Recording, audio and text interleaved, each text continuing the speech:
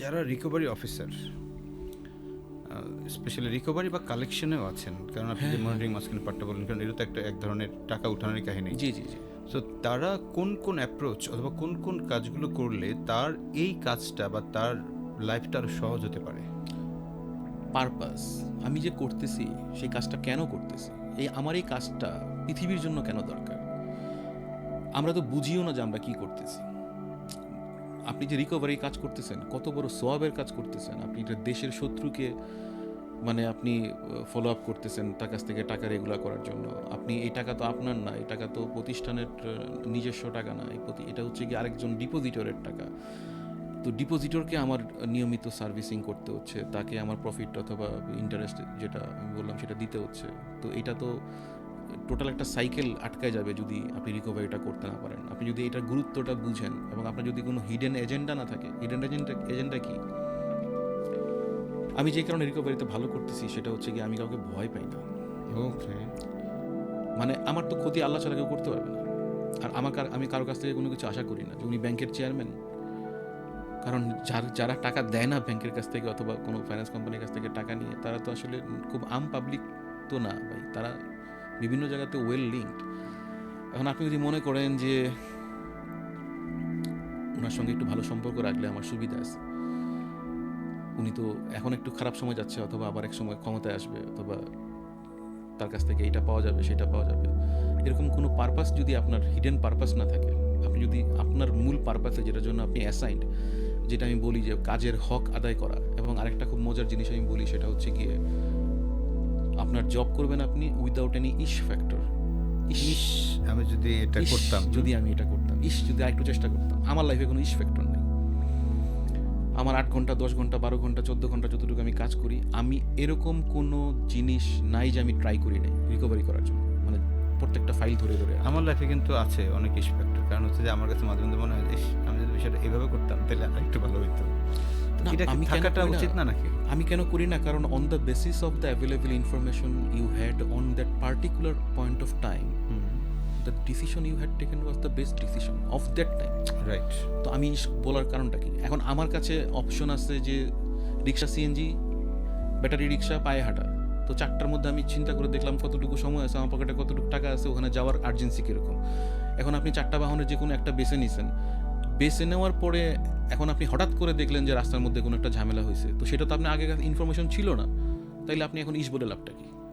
মানে আপনি যেই পয়েন্টে আছেন সেই পয়েন্টের সমস্ত ইনফরমেশনগুলোকে রাইটলি জাজ করে করতে পেরে আপনি যে সিদ্ধান্তটা নিয়েছেন প্রুডেন্টলি, সেটা ওই সময়ের বেস্ট ডিসিশন। তার মানে আপনার কথা হচ্ছে যে আমি ইস যেন বলতেই না হয়, সেজন্য আমি যখন কোনো সিদ্ধান্ত নিব বা যখন কোনো কাজ করব তখন যেন ওইটাকে আরও প্রপারলি করি। জি, আমার ফুল অ্যাটেনশনটা দিয়ে করি। হ্যাঁ, জাজমেন্টটা যেন ফুল আমি ইউজ করি আমার, তাইলে আমার এই ইস ফ্যাক্টরটা থাকবেই না।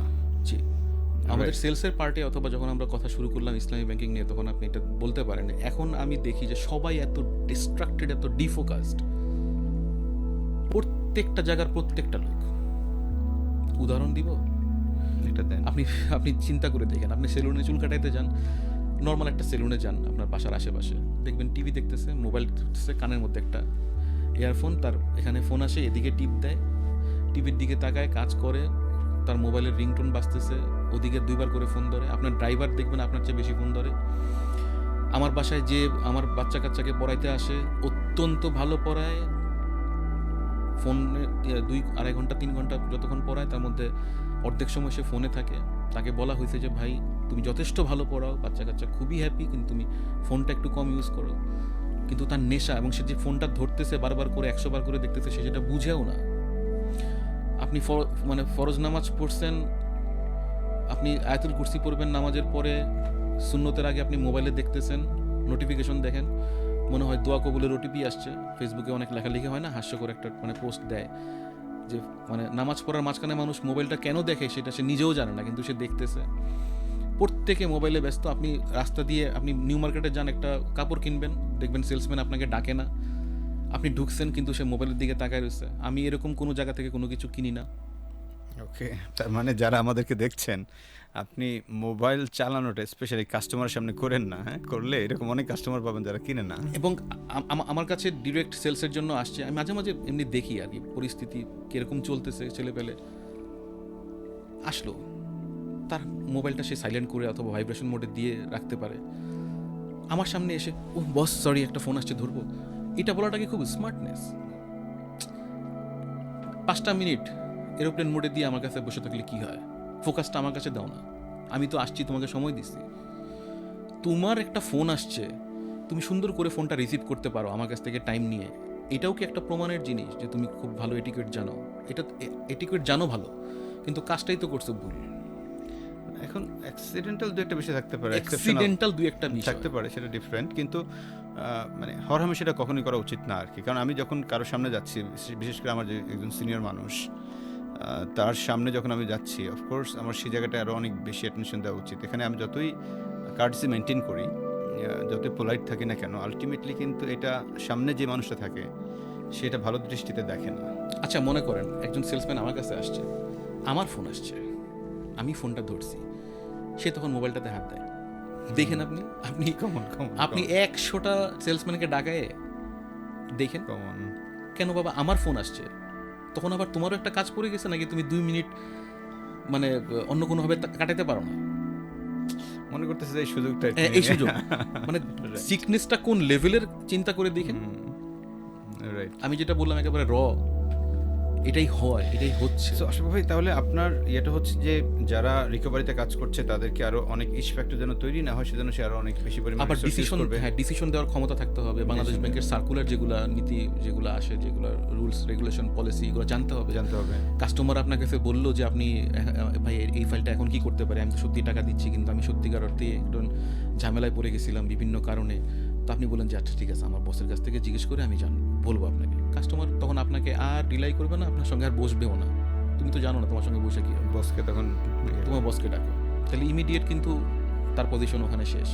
এই কারণে একটু পলিসির জিনিস জানতে হবে, নিয়মিত লেখাপড়া করতে হবে, আপডেটেড থাকতে হবে এবং কাজের হক আদায় করতে হবে। ভাইয়া সলিউশন একটাই, যেই কাজের জন্য টাকা নিচ্ছেন সেই কাজ আপনি 80 স্কেলে করতেছেন, আপনার সামর্থ্য আছে 100 স্কেলে করার, আপনি করতেছেন না, এর চেয়ে বড় দুর্নীতি আর হতে পারে না। দুর্নীতি মানে শুধু ঘুষ আর মানে ওইটা খাওয়া না, টাকা নেওয়া। আপনি নির্ধারিত সময়ে যদি কোম্পানির সঠিক কাজটা না করেন, সঠিক হক আদায় না করেন, এটা তো একটা দুর্নীতি। এটা বিশাল বড় দুর্নীতি। হ্যাঁ, কারণ হচ্ছে যে আপনি তো আসলে যেটুকু কাজ দেয়ার সেটা তো দিলেন না। আমি একবার খুব সম্ভবত কোনো একটা ট্রেনিংয়ে গিয়েছি, পর ওইখানকার এক ম্যানেজার এই জিনিসটা বলছিল যে ভাই খালি আপনি ওজনে কম দিলেন তারই আপনি চোর বলতেছেন, আপনি যে 8 ঘন্টার জন্য অ্যাসাইন্ড হইলেন এর মধ্যে যে 1 ঘন্টা কাজ করলেন না, তাহলে আপনি কি চোর না? তার মানে এই যে জায়গাটা, এই রিয়েলাইজেশনটা যখন আমার মধ্যে কাজ করবে তখনই কেবল আমার আসলে পরিবর্তনটা শুরু হবে, যেটা কন্টিনিউস আপনি বলেই আসছেন যে প্রোডাক্টিভ কাজ করা। আমি যদি প্রপার টাইমে প্রোডাক্টিভ কাজ করি, পরবর্তীতে হয়তো আমার এক্সট্রা এফোর্ট লাগতেও পারে, নাও লাগতে পারে, ইভেন হয়তো ওটির মধ্যে হয়ে যেতে পারে, লাগলেও আমি দিব সেটা। তার মানে আমার কাজের হক আদায় করতে হবে। এটা কি শুধুমাত্র আপনি কাজের হক আদায় করলেন, প্রতিষ্ঠানের জন্য কাজ করলেন? এটা আপনি যদি 8 ঘন্টার মধ্যে 6 ঘন্টা কাজ করেন আর বাকি 2 ঘন্টা আপনি করলেন না অথবা এফেক্টিভলি কাজ করলেন না, নিজেকে ঠকাইছেন, পরিবারকে ঠকাইছেন, বাচ্চা কাচ্চাকে ঠকাইছেন, বাবা মাকে ঠকাইছেন, আপনার পরিচয় দিয়ে যারা ভালো মনে করতো, ভালো থাকতো, আপনার ফ্যামিলির ভাই বোন আত্মীয় স্বজন, তাদেরকেও ঠকাইছেন, সোসাইটিকে ঠকাইছেন, দেশকেও ঠকাইছেন।